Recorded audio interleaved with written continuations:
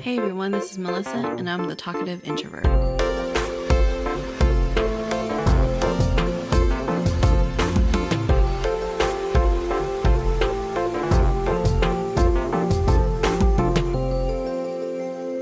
Welcome everyone to the podcast. Today I am joined by Bailey. Miss Bailey. Hello. She's back. But we're also joined by Simmi Sehra, who is previously an investment banker, now sales coach, and also a listener of the podcast. And Simmi reached out to me and Bailey to get on. So we have her here today. Thanks for joining us today, Simmi. Thanks for having me. Do you want to give the audience just a little bit about yourself and kind of why you reached out? Yeah, sure. So, first of all, I am an introvert. So, hello to all the fellow introverts listening. I used to work as an investment banker and now I'm working as a sales coach. But being an introvert and,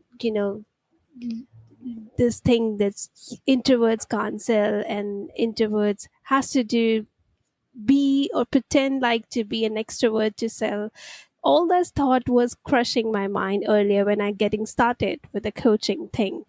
And one of my mentors gave me this advice that, hey, why don't you go out and start speaking and test it, how much of it is true, and just really own your introversion quality. So that's what I guess I'm here for, while sharing and contributing some of the skills or knowledge I know with the fellow introverts.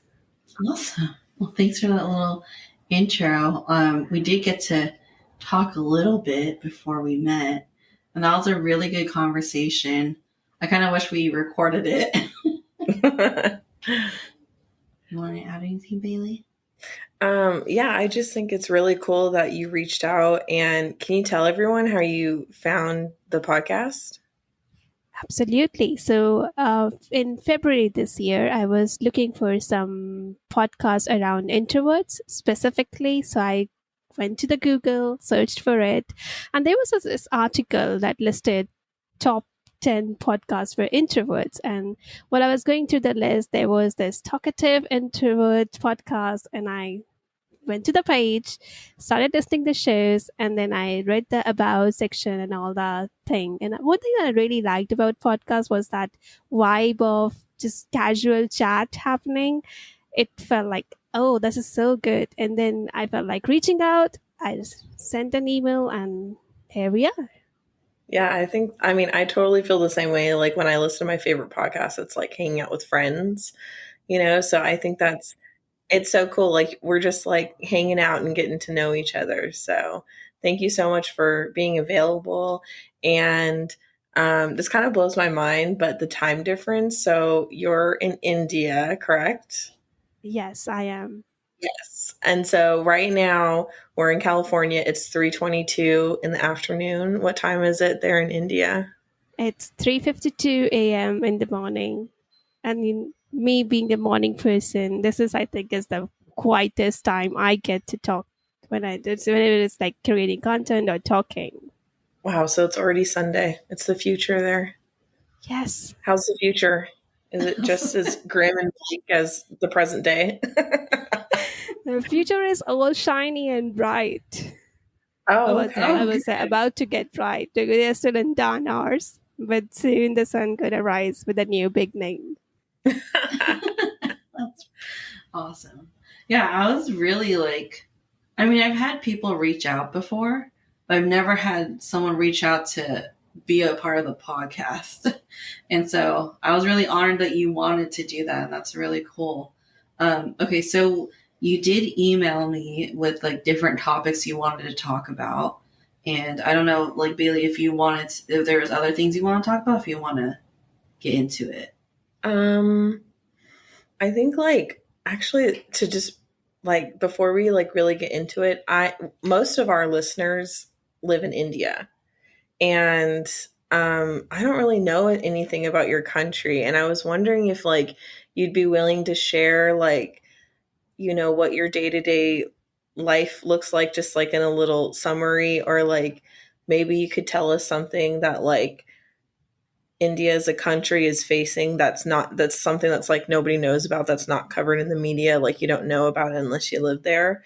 But yeah, we most of our listeners are from India, live in India, and so I just want to know more about your culture and your country and you. Absolutely. So let's start with the country first. Then, India. If what comes to your mind when you hear the word first, India? The Taj Mahal. How about you, Melissa? I think of my coworkers because majority of them are from India because I work in IT. So yeah, a lot of our like developers and our directors from India. Yeah, and that's amazing.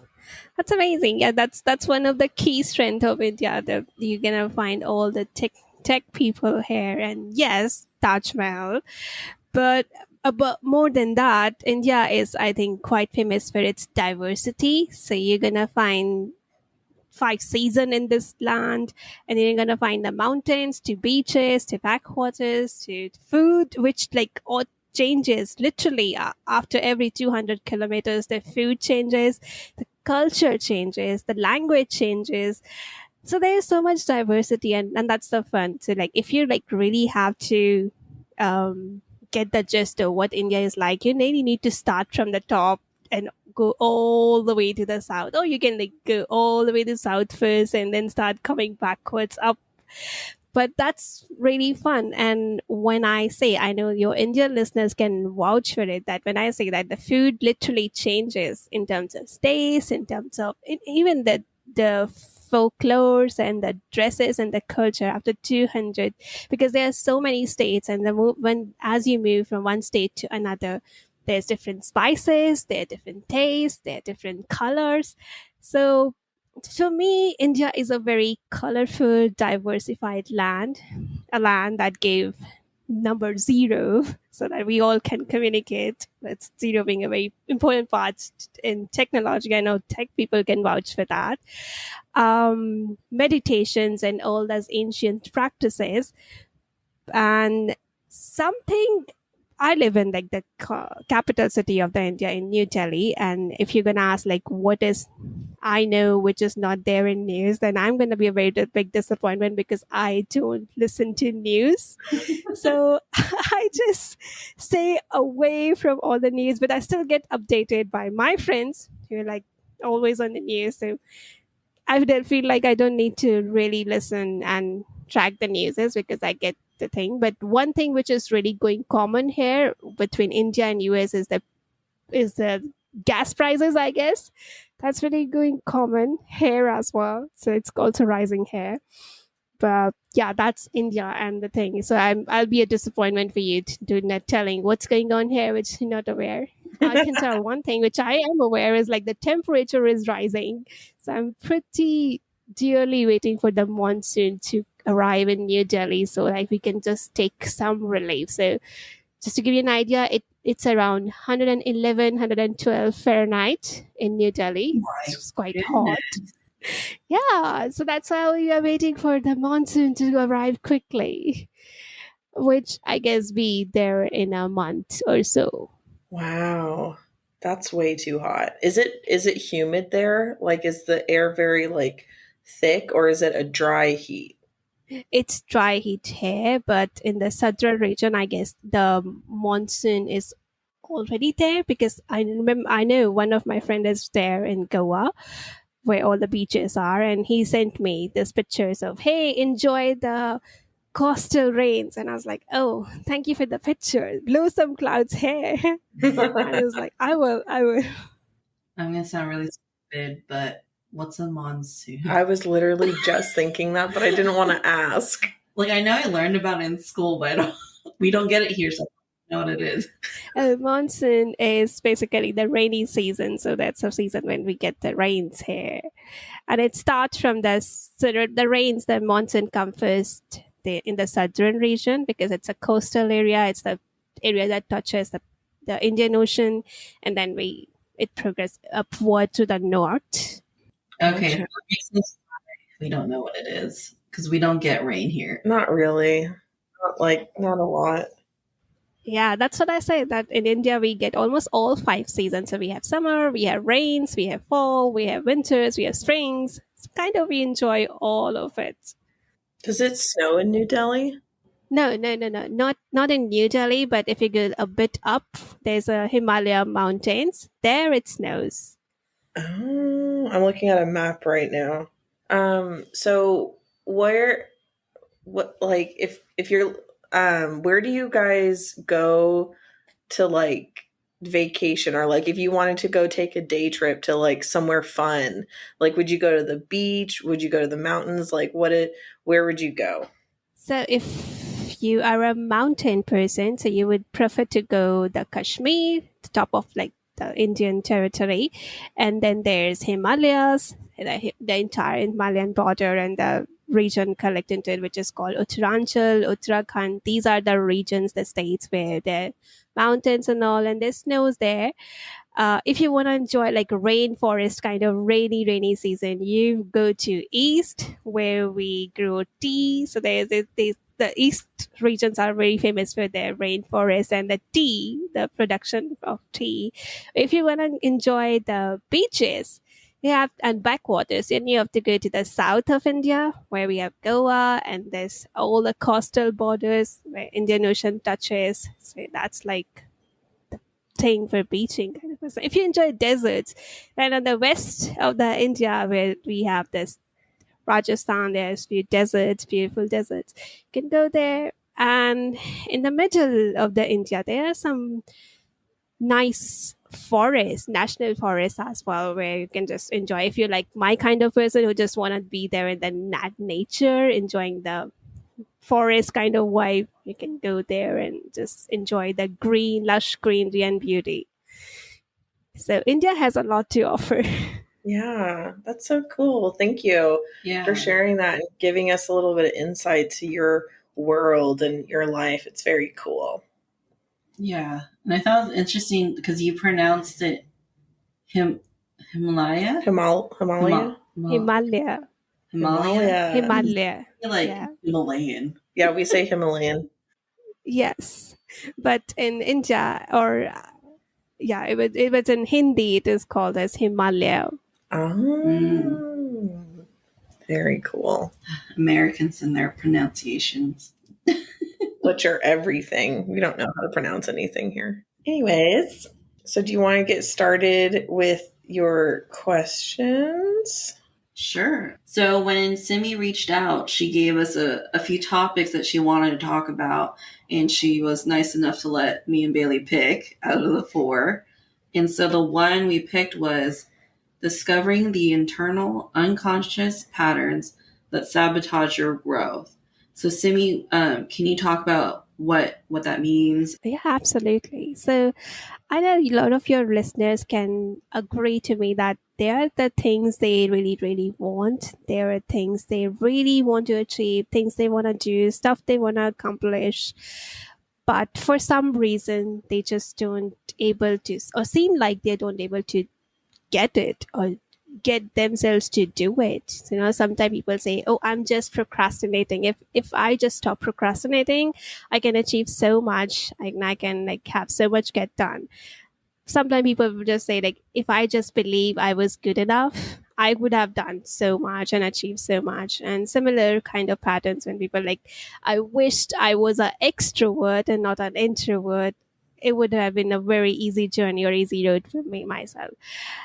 Behind all these surface structures, and I'm still saying that these structures are very valid. I'm not saying that, oh, you just procrastinating, just stop doing that. There's a reason of every behavior people get into. But what's more interesting is what's underlying those surface behaviors. It's very easy to look at the procrastination and label somebody as, oh, you're just lazy or not serious enough, or you just don't want it. Maybe that person wanted so badly, but he or she just couldn't get himself or herself to do it. That defines like what's their underlying deeper structure. So it requires some of the peeling work, and it happened with me as too. So to share my stories, I always believe those things that because I am an introvert, I cannot go and have public speaking things, or I just cannot have conversations with people. I just always assumed that if people are gonna come to me and they're gonna start the conversation and they're gonna like me, then I have some friends or co-workers or maybe some clients if I'm like grateful for. But I don't have this strength or courage or skill to reach out to people and do it. And that was pretty amazing because that's not how it is. So when I get into the work, the real work, I realized there were deeper patterns or structure that I wasn't even aware of that was sabotaging my own growth. So when I started learning NLP and hypnosis and I started using it for myself, I discovered those patterns, I discovered those things, and I started healing. And most of them actually always takes you back to when you were 0 to 7. So something happened, like one of my pattern that most often show up is I was 4 years old. I guess 5 or 6 years old maybe, and I drew one greeting card for my dad, I guess. And I draw a painting and I wrote something like "Dear Dad," blah blah blah blah blah. But I misspelled dear. So instead of writing DEAR, I wrote DEER. And I was so excited that I just went downstairs. And at that time, I was having these guests over my place. I wasn't aware of. I just rushed down and I was like, "Hey, I want to show you all what I have do." And I made this card. And they saw the card and they saw the spelling and they start laughing at me. Oh. Maybe they were not just laughing at me, they were just laughing like DEER when they read. To my mind, I made the association that they are laughing at me, so I am not good enough and I cannot have what I wanted. So my idea of that drawing that card was that if I'm gonna give it to dad, I'm gonna get a lot of love from him. But that association created that, but you cannot deserve people's love or attention because there's some fault in you. And that neurology, maybe I just forget about the incidents as I grew up, but that impact or that unconsciously that pattern stayed there. And whenever I tried to do something that requires seeking somebody's attention, and I guess being on this podcast is one similar thing, because in a way I'm trying to get people's attention.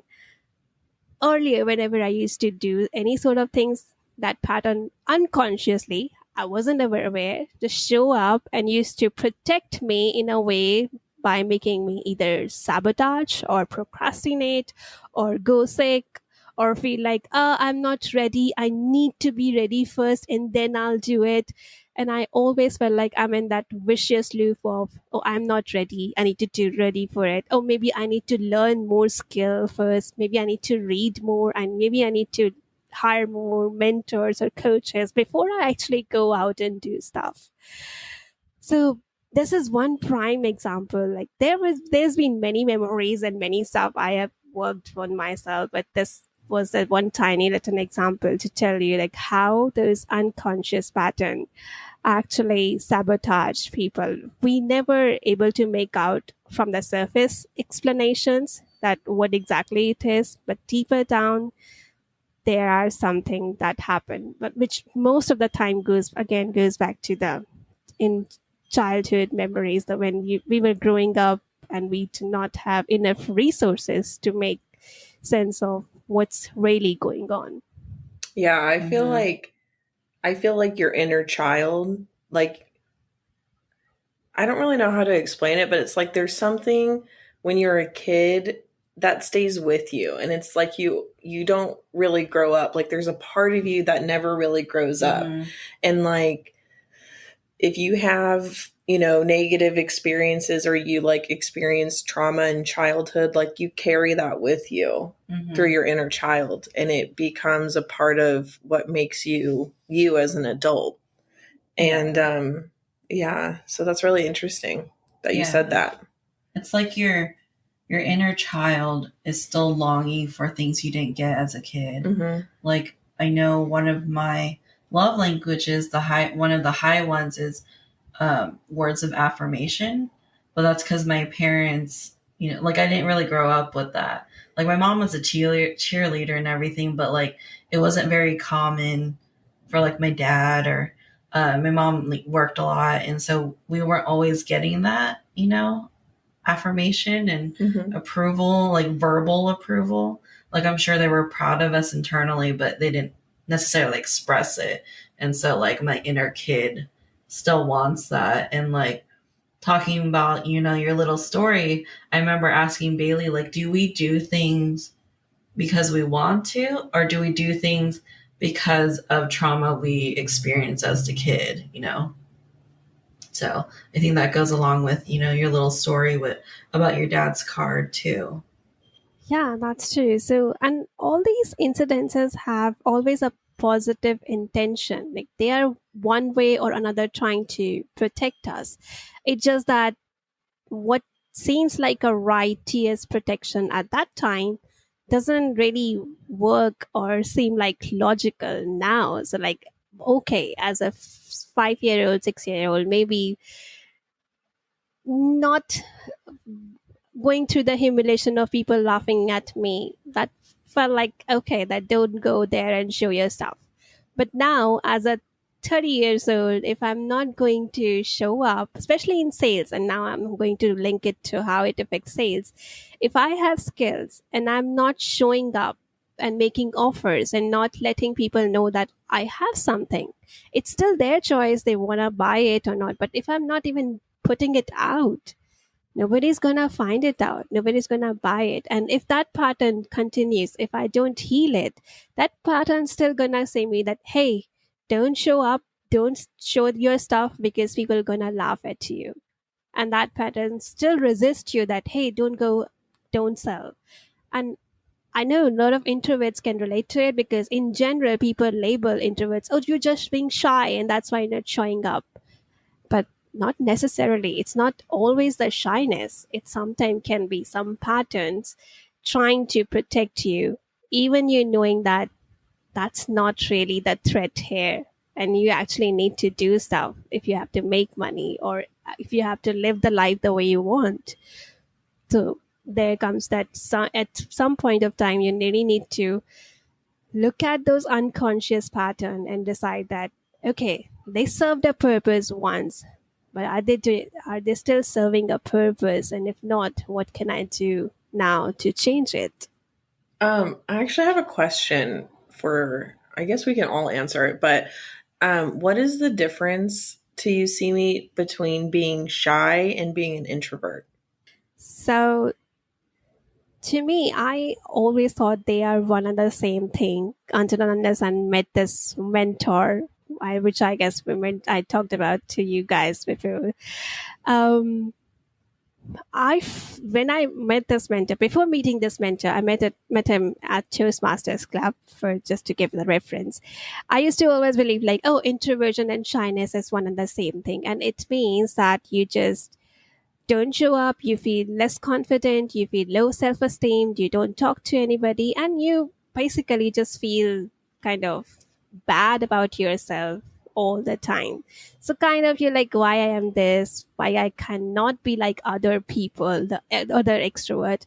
And sometimes to bridge the gap, you try to, or people try to pretend something they are not. So, many times I've been the culprit of trying to pretend an extrovert and trying to be that, oh yeah, I can do it, when my entire body and chemistry is like, nope, no.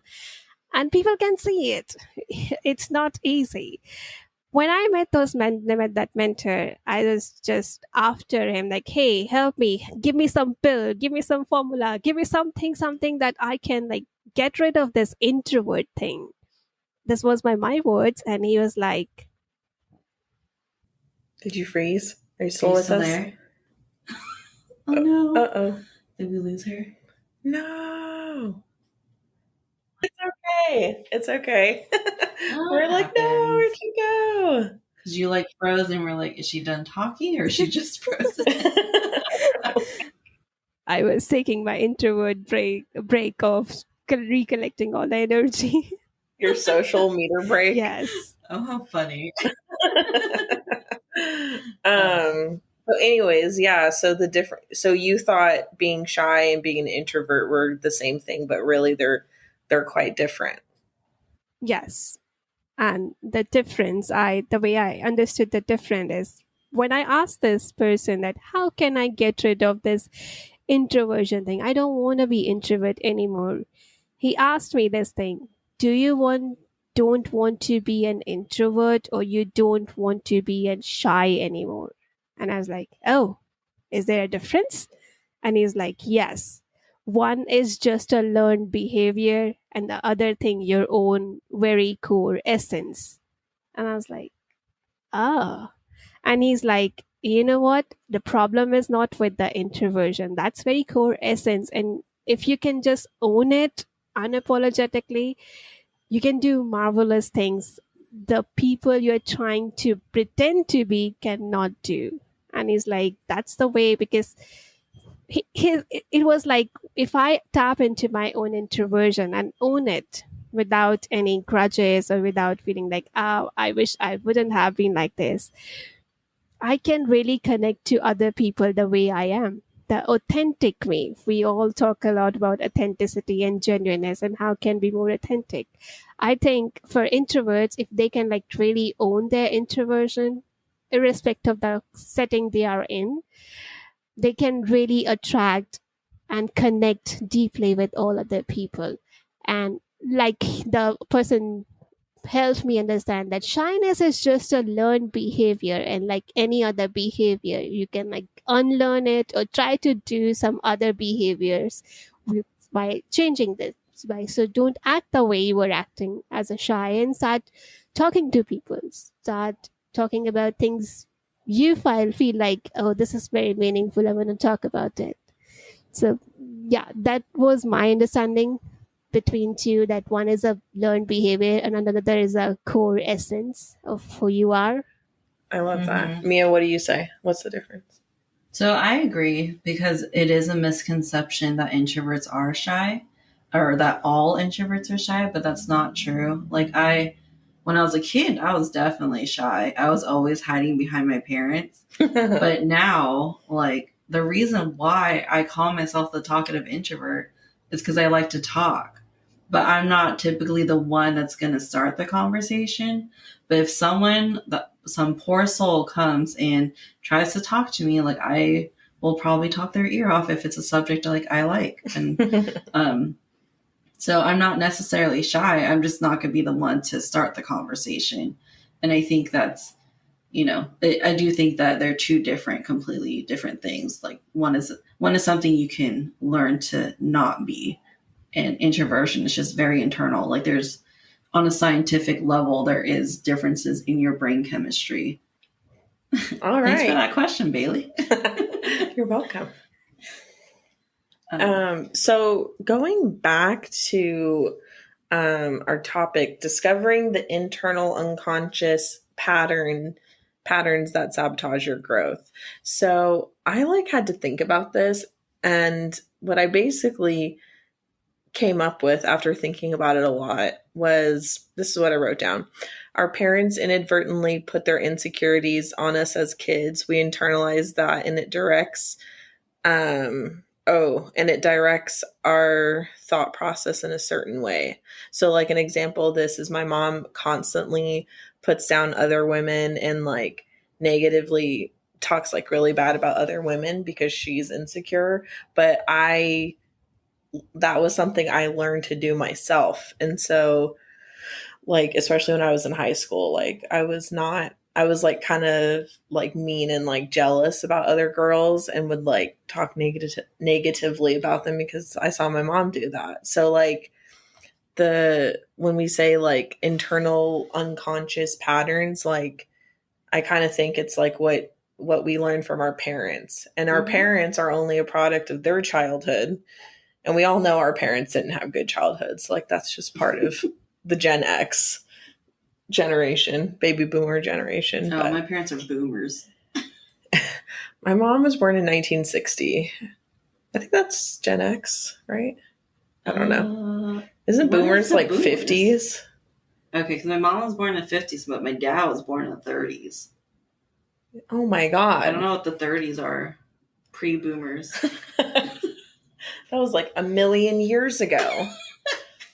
Oh my God. So do you like, can you relate to that, Simi? Like, do you think like your parents kind of unintentionally put their own insecurities on you and that affected like Your you, growth. yeah, your growth and like who you are as an adult? I agree, because sometimes we link association when events happen or stuff happen, and like the story I shared. But again, when we are growing up in that time frame of being 0 to 7 years old or lesser, we really don't have any consciousness or logical abilities to make sense of anything. So we feel, and we are like very wide open and very receptive to behaviors and what world is really is, what this thing is really is. So we are like making the sense of everything, what who we are and what we can do, what's the limits. And that comes from our parents, our teachers, and our close ones. So if, and it's very pretty common, like a lot of people agree that their money beliefs are very similar to or comes from the money beliefs of their parents. So if the parents believe like, oh, money making is so hard, you really have to, you know, work so hard, and it should be like sweat, blood thing, and then you only earn pennies, you will see in the person's behavior that no matter how hard they work in their life, they always feel like they're underpaid and overworked. Because somewhere, and even if they make that sense that consciously they can see that it shouldn't be that hard, because there are other people who feels like pulling money out of thin air, and they always wonder like, but why this is with me, why it always had to be so hard for me and it's so easy for other people. And it's again goes back to their parents money belief, which get passed over, or they picked it up while they were just observing the conversations between parents or their behavior while they were just in this unconscious trance like state. So I prefer to call this earlier years of our life are like we are already in trance, very heavy hypnotic trance, and we are just open to all type of suggestions. So I know a friend of mine, her father told her like she's not pretty when she was early, and he said it in a way like in a joking way, but she took it to heart, and she still does everything to make sure she looks good. So she has this insecurity that I don't look pretty. And this comes from, and no amount of makeup or cosmetics or whatnot is able to make her feel pretty, because that thing is stuck in her past with father. And she has to really come home and deal with that stuff. But she's not open and willing like that. Mm, Yes. that makes me sad. Mm-hmm. So for you then, how because you said you talked about how you did like hypnosis and I think you said NLP. Yes. What is NLP? So NLP is neuro-lingual programming. It's the way you use language, and you really try to understand how your behaviors are actually made. So you decode your behaviors, because all behaviors are nothing but that input you receive from all five senses, and it is all sensory data which your brain has organized in one way or another. So NLP helps you understand that how you have organized in your brain, in your body, those datas and where you can access it. And hypnosis actually help you accessing those data and then making changes while keeping your conscious chattering brain off for a while. Yeah, that's what I Yeah. need. I need an Same. off switch. Okay. Oh, that's interesting. I've never heard of NLP. Yeah, Dr. Richard Bandler was the founder of NLP. He co-founder of NLP. He with um, Dr. Grinder, they who created the NLP. He was mathematician and he studied therapist and why people do what they do and why they behave in a way they behave. And because he was mathematician and Grinder was linguistic, they combined their skill to come up with this new tool they named Neuro-linguistic programming, NLP. Okay, interesting. Yeah, I've never heard of that. That's very cool. Yeah. So I can give you guys a quick demonstration and for the viewers as well later in the show if you want. Okay, sure. No, that makes me nervous. But okay, yeah, I think that'd be kind of cool because it might not be something everyone knows about. And so if it's something people are interested, they can, search it up. So how did you find out about it? Oh, interestingly, since 2016, when I was working as an investment banker earlier, I was mainly in the role of connecting with clients on calls and then preparing all the data, like sitting behind a laptop and doing everything. So preparing those projection and how much funds gonna be there. So what all the paperwork and data work and due diligence work, I used to sit on that laptop and do it. So my role never involved anything like going out and meeting people and speaking to them. But in 2016, my reporting manager, who was the CEO of the company, he came to me and he's like, hey, I'm now looking for our business development people to have some finance knowledge as well. And because you have that, I want you to go out and do some sales role as well. And while you're doing that, I also want you to start pitching the pitches you are preparing because you are preparing it. You know everything because you designed the entire thing. So you know all the numbers, you know entire stories. So I want you to go and pitch to bankers and equity investors because that will be easy. And while also doing that, I also want you to start connecting with clients. And that freaked me out as an introvert. I was like, what the? And I was like, okay, but this was never the thing I imagined. So first thing, I went to Toastmaster and I started working on some public speaking skills. I thought that was gonna help me elevate my shyness. But when the 2017 came, that was a year of I feeling void and empty and not making sense of what's going on, why I'm doing this thing. So this job as an investment banker was something I dreamed of doing. And when I was in my college qualifying all this financial education, I felt like, okay, I just have to get this investment banking job. I'll do it for forever. And then that will be happily ever after for me. 2017 said, hello, I'm here. And I felt like this very job has no purpose for me. I feel just void. It doesn't excite me. It doesn't light me up. It doesn't feel anything. I was just really dragging myself to work, crying on the elevators that I don't want to go in the work. And I was not able to understand why it's happening. So there was a guy in my Toastmaster club who told me that, hey, there's this term called NLP because he did it and I did not understood at all what it is. And but he just mentioned, I was like, why don't you go and look into it? Because he felt like a very charismatic person when in terms of speaking. So when he used to come on stage and speak, it felt like he's captivating and grabbing everyone by their hearts. And I was like, I want that skill too. Like if I can do that, like holding people and grabbing by their heart, that would be awesome. So I asked him like, hey, what do you do? What's your special? What's your secret? And he's like, go look for NLP. It's gonna help you. I looked for it and I was like, okay, fine. I did not make any decision, but in 2017, I decided that I'm gonna go for a while and stay in London. And while I was going there, I spoke to my CEO that, hey, I am not in the right senses route right now. I don't know what to do. I'm not feeling any purpose here. So I want to take some break from the work and I want to go there. While I was going there, this NLP thing again popped up and I was like, okay, fine, let me check. And I found out there was a seminar going on in October. I enrolled for it. I did it.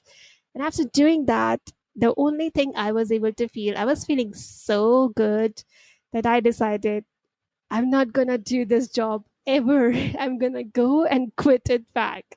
So, and I felt like if I didn't do it right now, I'm never gonna get this courage to do it. So that thing like filled me with so much feel good dopamine rush.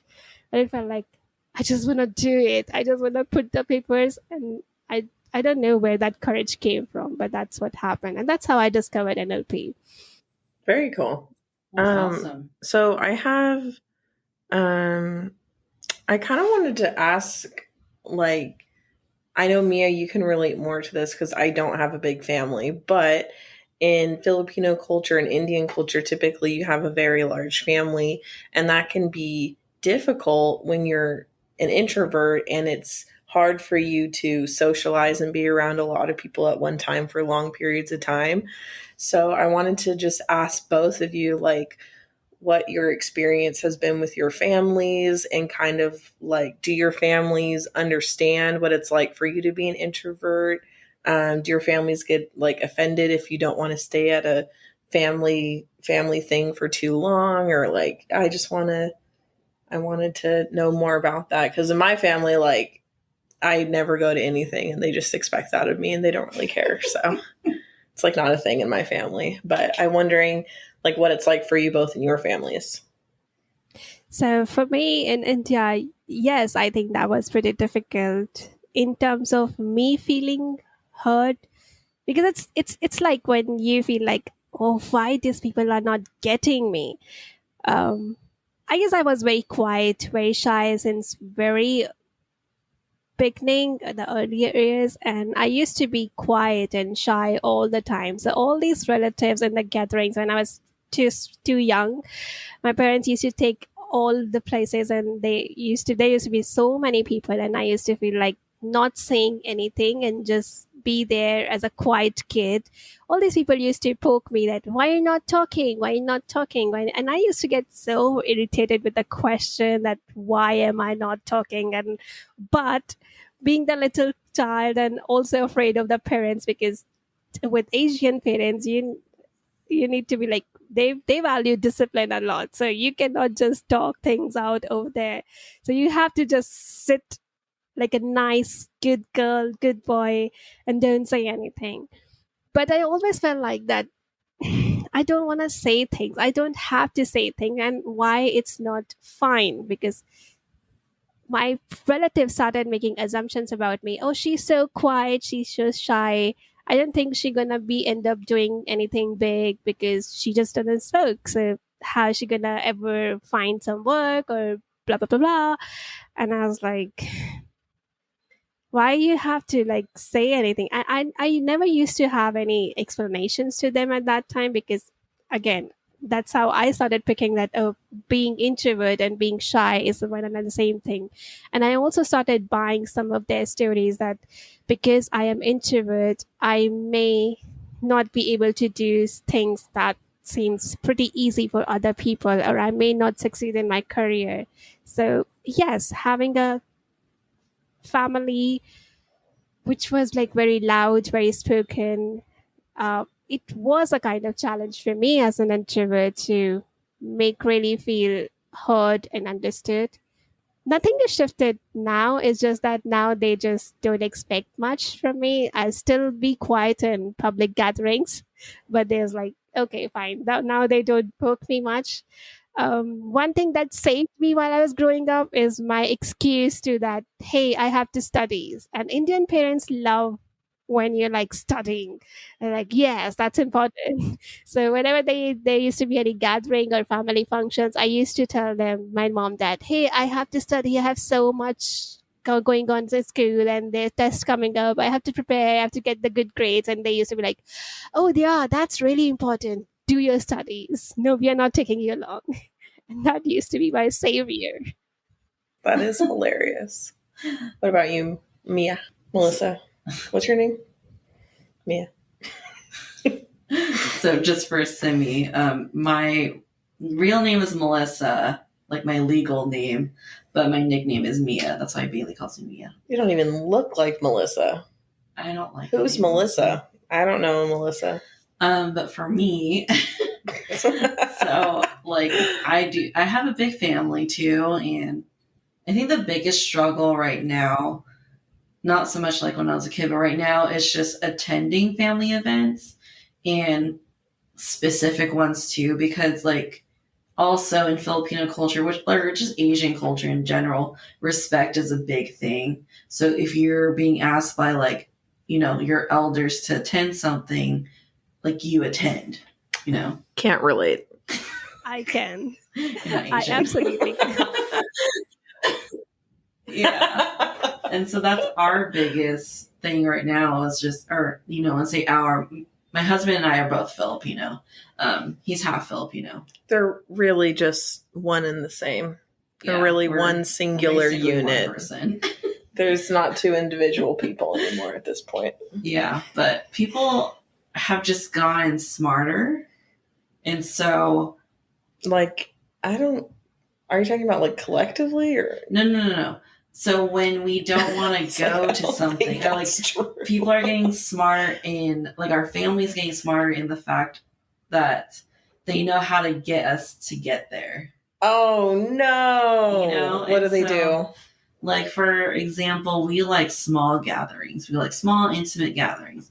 And so Brandon's mom, so Brandon's my husband, for example, she will say, come over for brunch. It's just us. So that's like the smaller family. But who's us? Yeah. That's pretty vague. But then, obviously, like when we get there, it is just us. But then they're like, oh, call all the aunties and the uncles, and they're all like, show up. But yeah, so our family, I think they understand, like some family members understand that we're most likely not going to show up, and they've gotten used to it, but they also have figured out how to get us there too. I thought you were going to say something like, I'll write you a check for $300. I would show up just about anywhere for $300. I don't know if I need the money that bad. Oh, I definitely need the money that bad. No, $300 is a lot. You don't need the money that bad. What does it feel like to be the top 1%? It depends on the event. Like, what are we asking for?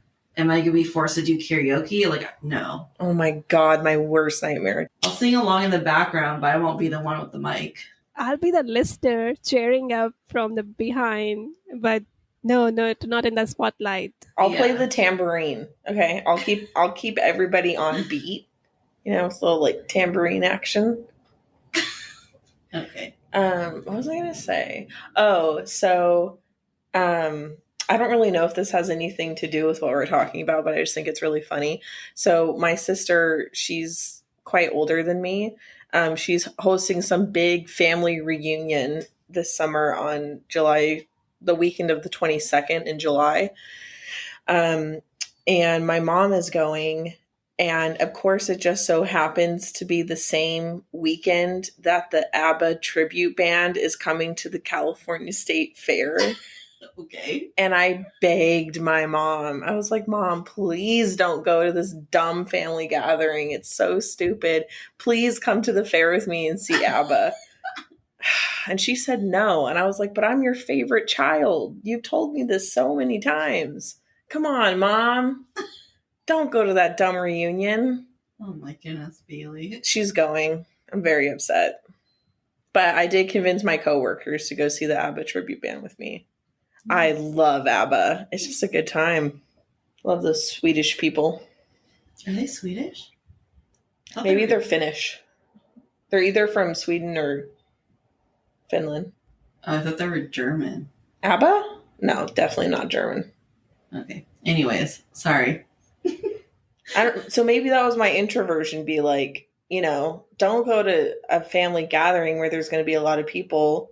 Just hang out with me and go to a concert with me. So maybe that was my introversion. I also just realized this will be my first concert since the beginning of the pandemic, which blows my mind. I'm going to Google where ABBA's from. Okay, so while Bailey's doing that, back to the topic on hand. Sorry, tangent. It's okay. Okay. I was right. They're from Sweden. I was right. They're from Sweden. Sweden. Okay. Carry on. God. You signed up for this, Simmi. You knew what you're getting yourself into. Yes, I did. I'm happy about it. No regrets. Thank you. Oh, good. I'm glad. I haven't had a listener guest yet, so you're the first. Very exciting. I did have someone ask like a long time ago, like when I first started. There was this guy from Australia who wanted to be on. How could you say no to that? It was like first season. I was only a few episodes in, and I was like nervous, and I was like, I really wanted to, but then I was like, I don't know how to do this. And so I said, maybe not right now. And I don't know if that person still listens to the podcast, but if you do, reach out. As a man from Australia, are you single? And if you're not single, do you have brothers? Okay. Maybe a friend? Oh my goodness. Australian men are hot. Okay, not everyone looks like Thor. I know. So how do you...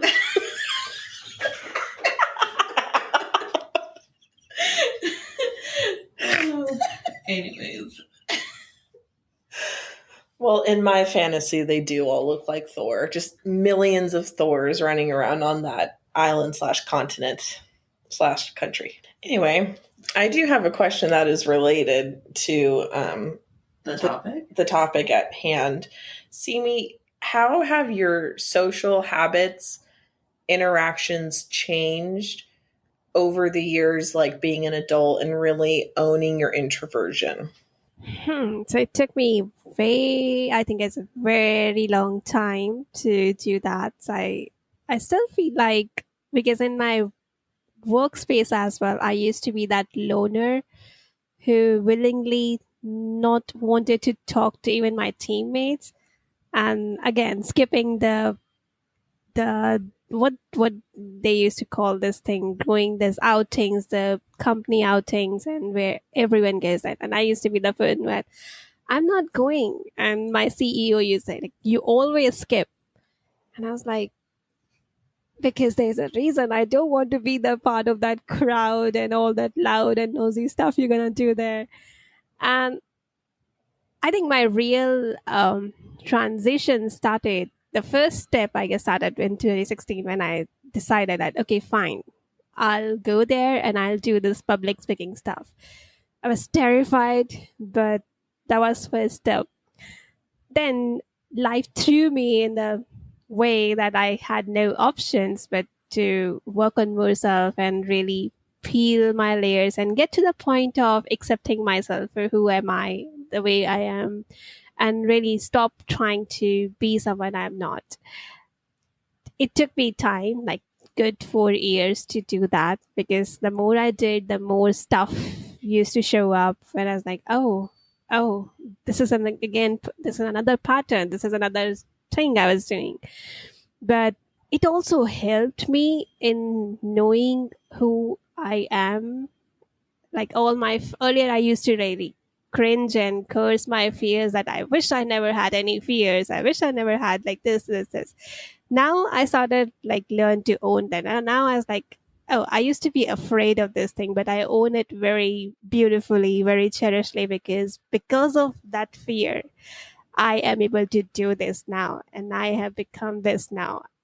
So I think for the first 27 years of my life, I was that shy kid who really never understood who am I exactly, and always tried to disown myself and always wanted to be someone else in terms of outer appearance, and as well as the internal owning your personality and owning your essence, you can say.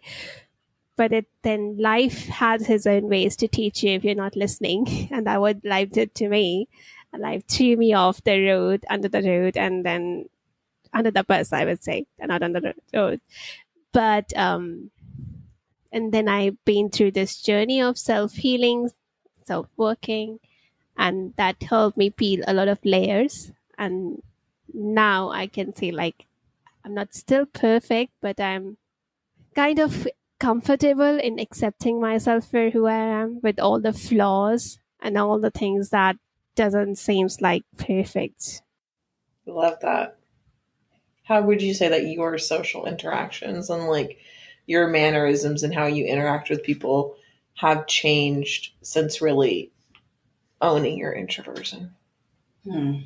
Well, I guess like compared to younger me, I think younger me wanted to be more social just because like I don't know if it's just the teenager in people, but wanting to have a lot of cool. friends, Popular.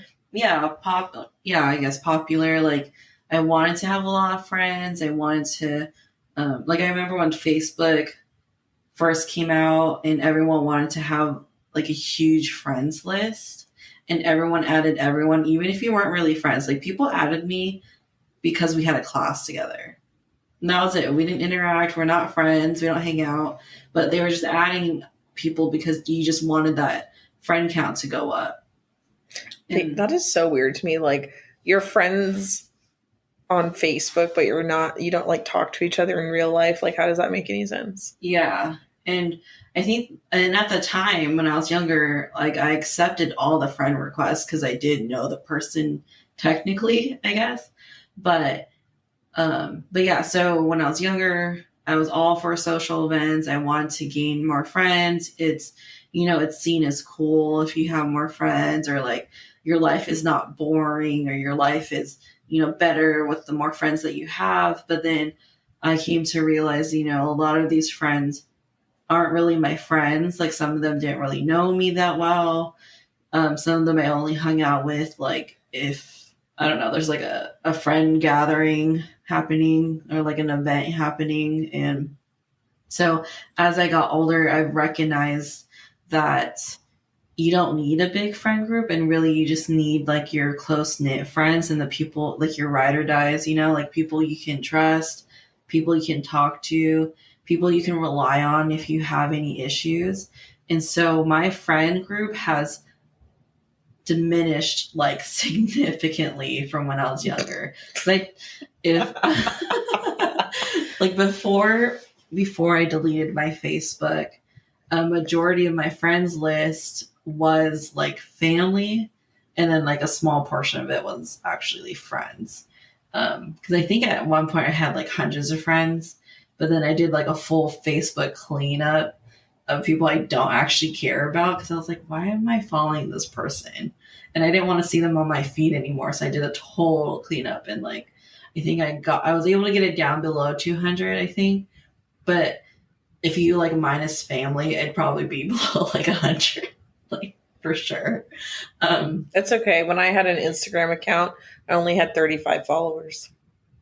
Yeah. I mean, you don't need a lot. I think people care too much about that number, but totally. But yeah, my social interactions, like I pick and choose when to socialize with people, and not in a selfish way. Like obviously if it's someone's birthday, like I'm going to celebrate their birthday if they're someone close to me. Why? By posting it on their wall? No, by like actually spending time with them. Oh, okay. And I'm not Facebook anymore. So yeah, that's how my social life has changed. I remember like in college, I was doing something every week. That's too much. I can do one thing once a month. This is my thing for the month. Yeah, like I actually did study groups with people and went to like different college events and stuff. And you went to a rager? Oh no, I didn't do that. Oh. I went to one and I was like, this is not for me. This is not the lifestyle for me. Yeah, that's how it's changed. It's just gotten smaller and less and more deliberate. Like quality over quantity. Yeah, exactly. Love that. Oh wow, and you consider me quality, eh? Yeah. Wow. Even though I actually see you more now than I did back then. Back then we would see each other like once a quarter. Well, we didn't have cars, No, like after college. Oh. We had cars. Well, this is awkward. Okay, anyways. But I still want to talk about oh, is that a lizard? There's a lizard on your wall. Sorry, you were like, there's a lizard behind you. On your wall. Is that normal? Yeah, is that normal? I thought you seeing on your wall. Yeah, it's okay. I'm accustomed to lizards being around. Oh my god. I literally first one like I'm not afraid of like reptiles. I guess used to, but not now. She's gonna be here for a while, and then she's gonna find her way out from the window. Oh, how sweet. Ooh, do you ever find snakes in your house? Snakes are pretty common in India, right? Not in the house, not in the urban areas. I never saw them in the house. I used to be, I guess, afraid of holding them. But then I went to the NLP event and then they removed all those phobia things. And then I was like, huh, pretty cool, huh? Might be one time I felt like I can do that. I can hold them. Never tried though. I absolutely love snakes. I love them. I think they're so cool. I would get one if I wasn't so broke all the time and had no money. They're super expensive. Because you have to feed them live food. Yeah, and you have to like get their whole setup, and they have to have like you have to get like a giant like enclosure. Make your apartment super humid, because that's why Joanne and Brandon's apartment was super humid, because they had turtles. You had to keep like a heat lamp on it. Well, some snakes like dry heat, don't they? You still have to have a heat lamp though, so it'd make your house hot. Ugh, God, it's already hot enough in here anyway. So I did want to ask you though, snakes aside. So is NLP like of something you practice daily or like on a regular basis? Is it a practice to like help you identify some of these like subconscious stuff? Yeah, so NLP is a tool. So when I first learned it in October 2017, I never used it because I was like, I'm not sure if I got it right and how do I use it. So I knew the tool, but I never knew how to do it. Like do it in a way that I can help me get better. And I was like, I wish I had somebody to try on because at that time my friends were not sure what I'm doing. They were like, you being crazy, you quit your job and now you're doing this stuff which doesn't seem to make sense. So we are not volunteering to be your guinea pig. So we are out. And it took me time. But then when I started learning hypnosis, this stuff started to land better because NLP added that language and hypnosis kind of made me do stuff in a way like that was easy.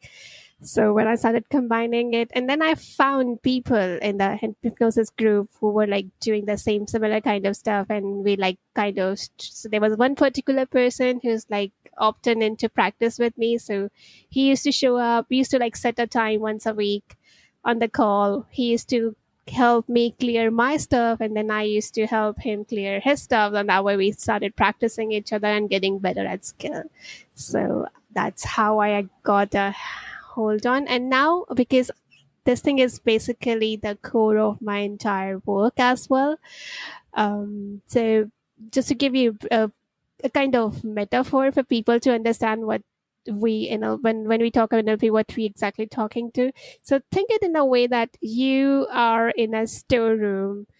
Let's say there's some papers, some important documents are stored, and there's a gatekeeper, and you want to replace some documents because you feel like the files you submitted earlier is wrong. There's some sort of mistake, and you created a new file, and you want like, oh, I wish I can like replace these paper with the one I already submitted, but because the deadlines are over and the things are closed and the files are already stored, there stands a guard at the door who is not letting you in. Whenever he sees you, he's like, go away. No, no, no, no, no.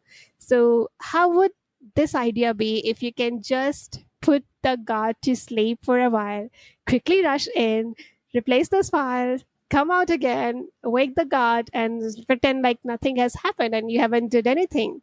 And the guard is going to believe like, yeah, nothing has happened. Everything is okay. There's nothing, no manipulation or thing has happened because you're not forcing anything on him. Well, that's how our neurology works. So pretty much this was earlier used to be my misconception as well, that we store stuff in our brain, but our neurology actually stores stuff from head to toe all over in the body.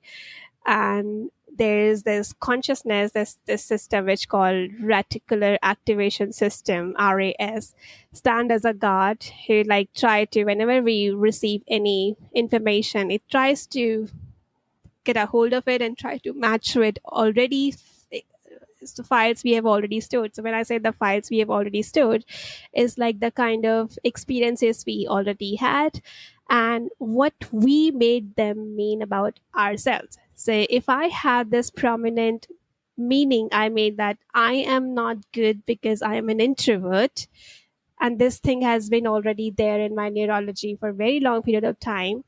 Now if anybody is gonna come to kind of compliment me that, hey, you are good as an introvert, my RAS gonna like take his words, gonna match with the already existing experience and gonna deny it. And like, nah, you're lying. And or I gonna brush it off. That, nah, because it's not matching with what I already store. So what NLP and hypnosis combined gonna do is put that RAS to shut off, take the old file, put it in a bin, take this new file that you are good enough as introvert, put there, and then wake the RAS, and then you're gonna say, hey, you are good as introvert, and then he's gonna match, and now there's gonna he find a new file which says, yeah, I am good as introvert, and then gonna say, huh, okay, yeah, go, this is acceptable.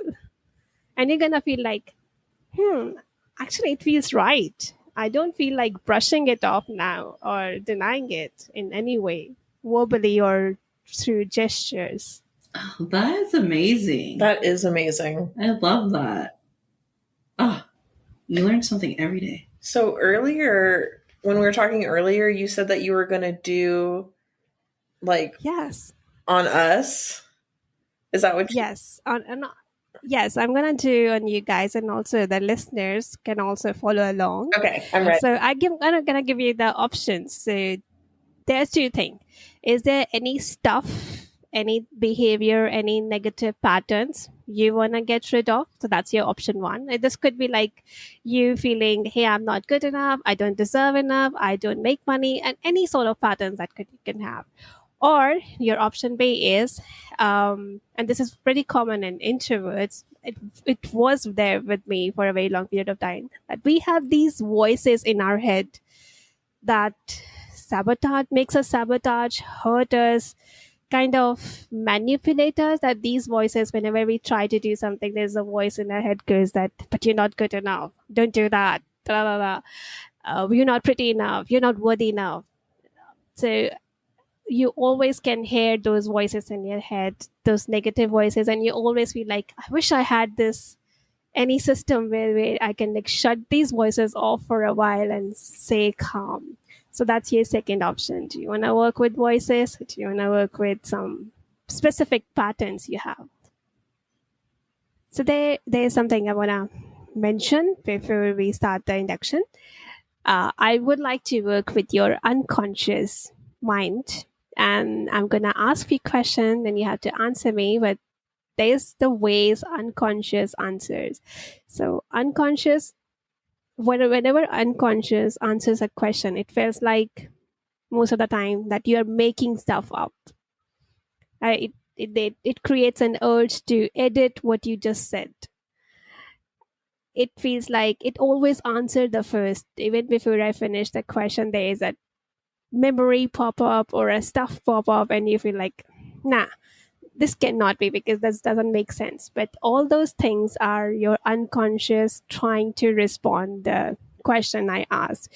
So whenever I'm going to ask you, and if there's something you're going to feel like, this cannot be, this cannot be true, this cannot be, the very much thing is that's the real cause, that's the real thing, irrespective of the fact that how irrelevant it seems like to your situation or connection, right?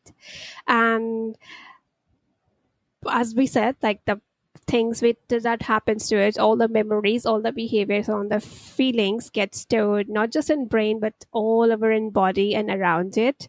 So we're gonna get I'm going to ask you to access it, and I will do that by asking you point where you feel that way. And I want you to just go with your unconscious and point wherever you feel that first impression, the first sensation, even if it doesn't make sense to you. So just follow my commands, follow my leads, and we'll see how it goes. Hey there, just wanted to jump in. This is technically the end of our conversation with Simmi. As for the rest of the episode, you'll only be hearing Simmi's voice as she guides you through this meditation. I'll also add a separate episode just for the guided meditation in case you want to revisit it again in the future. Before we go back to Simmi, I suggest you save this portion of the episode for when you're able to be in a quiet place where you can really focus on this exercise. When you're ready, think about the negative voices and negative thoughts that you have in your head and focus on the ones you really want to get rid of. Once you have that, then just close your eyes and listen as Simmi guides you through this experience. Take a deep breath and exhale with a sigh. Let go of any tension, any resistance, anything you have to do, just let it go. We don't have to do anything. You can just be relaxed, be here, follow the sound of my voice. Stay guided by it. You're gonna be protected to the entire process we're gonna do. And go deeper and deeper and deeper and deeper with every beat of your heart, with every breath you're taking. Just feel the relaxation spreading in your body, filling your mind, filling your body, filling your spirit, going more and more and more relaxed to the point where your body muscle doesn't want to do any work. Just notice your inner eyelids and see how relaxed they are. How good it feels to be relaxed. And notice they don't want to work anymore. And I want you to test it. Try to open it. And notice how much pressure it takes to open them because they don't want to get open up. They just want to stay close, deeper, going down and down and down and down. And as you're guided by the sound of my voice, I want you to think of the voice, that negative, nagging voice that bothers you, that troubles you, that sometimes scares you. And I wish I just switch off, turn this voice off. I wish I never have to listen to this voice again. I want you to pay attention and notice what that voice it is for you. And I want you to point where you feel that voice. Point it. Just first impression. That's right. That's right. And as we are going in the group, naturally, people move at their own pace, and that's all right. But when you know you got the voice, you've got the location, just find it and take that voice out from that point, from that spot. Just grab your hands and start pulling that voice out from that spot. Pull all of it out. Yes, pull all of that voice out. Take your hand and start pulling that voice out. When you know it's all out, just give me an unconscious nod, but take time. And as you have pulled that voice out, I want you to put it back in the opposite spot of the spot where you pulled it out. So, yes, and slam it back from that spot. That's right. And notice what happens to that voice. What happens to that voice?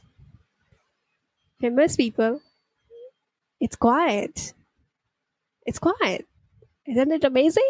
It's gone quiet. And now, I want you to imagine there's a beautiful color and connected to a voice you want to hear instead. A beautiful color or a series of color of your empowering voice, a voice of your higher self, voice that empowers you, that uplifts you, that makes you feel you are good enough, you belong here. You're loved enough. You are loved. You are pretty. You are successful. What that voice, what that color or series of color is, first impression. Whatever that color is, I want you to notice there is a ball of energy floating above your head of that color. And even in case you do not see any color, that's okay. You can just imagine a ball of energy of no color floating above your head.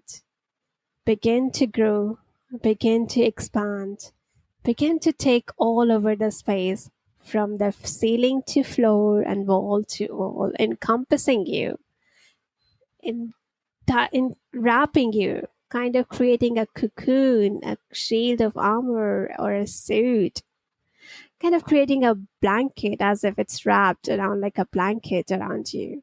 And I want you to breathe that color in your body and let that color fills your body as water fills the bottle, as hot helium air fills the balloons, as test tubes fills the fluids. Let your body and every single cell of your body get filled with that color, that beautiful color of your empowering voice.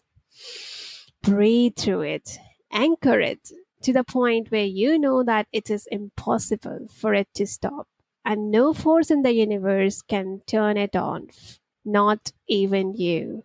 And when you know you got it, and you know it's there, just give me an unconscious nod and we'll go ahead with the rest of the process. That's right.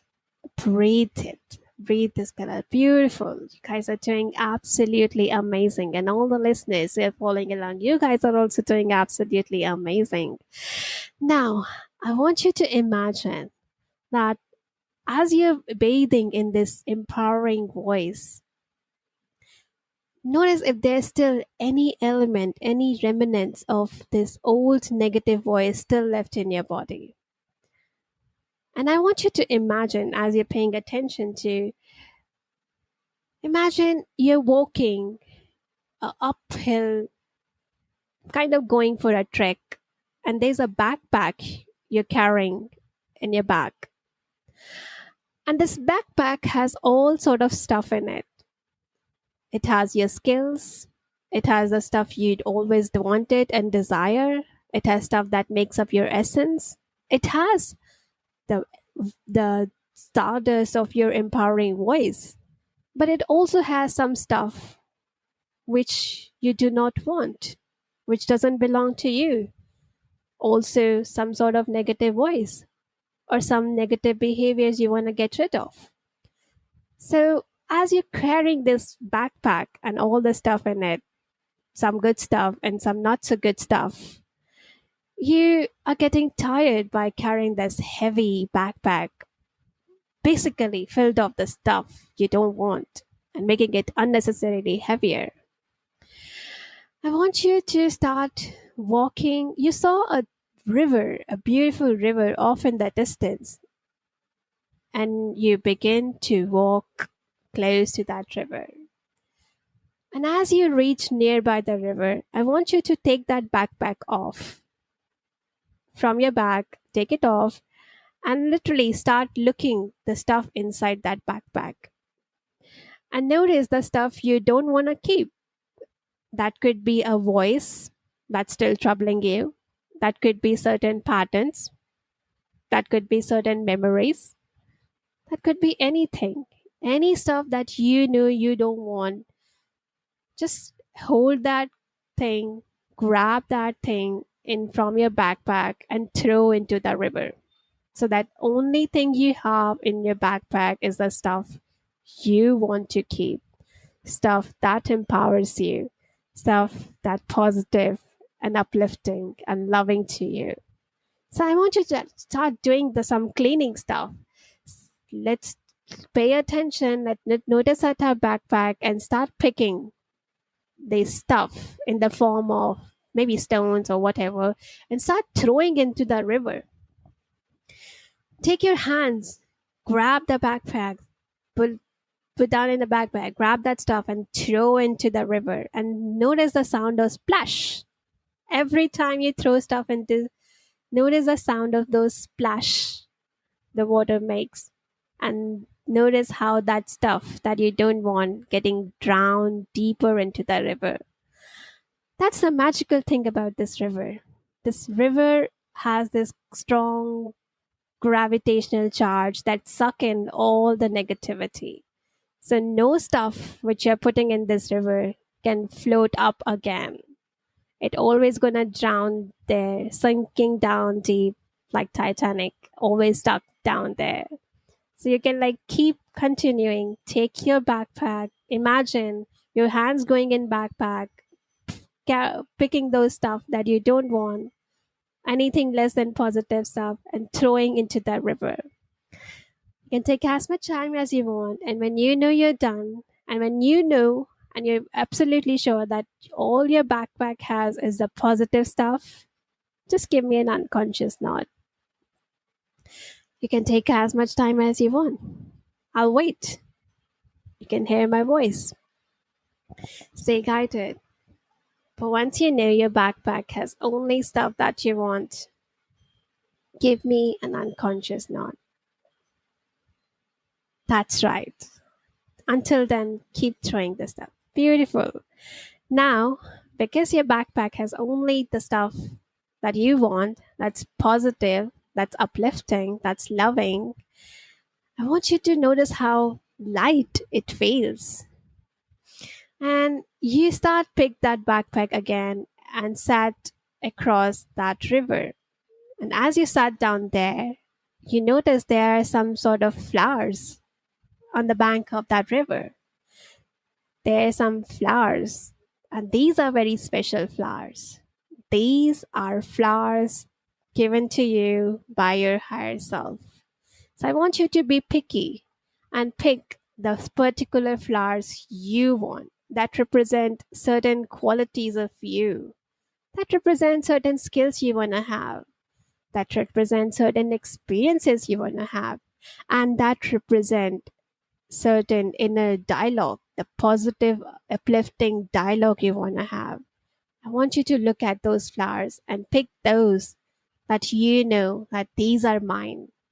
These represent my skills. These represent my positive experiences. These represent the things I want. And these flowers represent the strong, uplifting inner dialogue. And hold it in your hands. Smell the fragrance of those beautiful flowers that your neurology and your higher self has given to you. Bathe in that fragrance and notice how uplifting, calming, supporting, and accepting it feels to be in the presence of those flowers that represent your higher good, that represent the vibes, that voice that says, you are good enough, that says, you are loved enough, that says, you're always cherished, that says, you are beautiful, that says, you are accepted, and that also says that you're forgiven for anything, real or imaginary, which you think you need forgiveness for. You're already forgiven. Notice that flowers and notice all those sensations. And as you're sitting on the bank of that river, holding your flowers, put back down in the backpack, I want you to notice these strong voices, these positive voices, these empowering voices begin to float. You begin to float with these voices above your body, knowing that your body is absolutely safe and secure while you're sitting in that bank. And you go all the way back, you're in your consciousness, floating all the way back to the point when you were in your mother's womb. And then to all the way back to the point when you were just a pure consciousness. When you were about to become that one single cell that made you. And I want you to merge with that single cell, giving that single cell all the skills, all the knowledge, all the resources you have now, which you wished you had earlier when you were younger and you did not have it. They were lessons you want and you wish that, oh, I wish I knew that before. Their stuff, their skills you want, you say to yourself that I wish I had this thing before. I wouldn't have done that. So I want you to merge yourself with that single cell, giving it all the resources, all the knowledge, all the acceptance, all your love, and all the experiences. And start looking at that cell while you being the part of cell. Begin to split in two, and then split into four. Two becomes four, four becomes eight. 8 cells begin to become 16 cells. 16 cells begins to become 32 cells. To the point, notice you becoming you. But this time, having all the lessons, having all the resources, and most important, having that empowering voice that says to you, hey, I'm here. And I want to tell you, you are good enough. You are appreciated. You are loved. You are secured. You are safe. You got it. You have it. You deserve it. You are appreciated. You are accepted. You're also forgiven. Even if you've reached a point where you have no one, notice that I, your empowering voice, is always with you. And notice it's almost the time when you're about to be born. But this time, with this voice that is there to remind you that you are loved, that you're empowered. And this is the voice you hear the loudest from now on in your journey. So when you take the first breath in this world, in this beautiful world, this voice again reminds you, you are loved. You are beautiful. You are appreciated. You deserve. You are successful. And the day of your birth, you begin to grow 1 month old, 2 months old, 6 months old, while carrying these resources and these voices alongside you. And notice how different it is now. You got 1 year old, and now the experiences are different because you have this voice holding your hand, guiding you, letting you know that you are absolutely loved. You deserve, you are productive, you are beautiful, you are capable, you are successful. Above all, you belong here. And even ever you feel like you have no one to talk to or you're all alone, I'm here to remind you that you are eternally powerful and I'm always with you. You go all the way in those years and notice how now the experiences are changing because whatever happened in your life when you were 2 years old, 3 years old, 4 years old, 5, 6, 7, 8, 9, 10. If you feel like some traumatic event, some disturbing event happened in your life, something that always haunts you, 11, 12, 13, maybe depression, 14, 15, 16, know that how knowing the resources you have now, the knowledge you have now, you carried in that cell. And above all, this love you have now, this empowerment you have now is making those experiences different. Now, since that you have this greater understanding, notice how beautiful and different those experiences are to you. And notice now you are able to really shift them and change their meaning, because now you can see things. And notice all the way along in your past life, the years you have lived so far, when you picked some negative voices, you are not able to hear them now, because the loudest voice you ever hear in yourself is this voice of your higher self, which tells you, I love you. I love you. I always be there with you. You deserve it. You have it. You are appreciated and you are loved. Just bathe in the essence of this voice and reach to the point where you are in your present self. And look how different your entire past feels now. It feels like as if something has shifted. Something that you used to carry as a burden, maybe a negative voice, maybe a negative memory, is no longer there with you. Because all you can hear is this voice that says, I love you. I appreciate you. I deserve you. I believe in you. I am here with you. You are accepted, protected, secured, safe, and I'm here with you.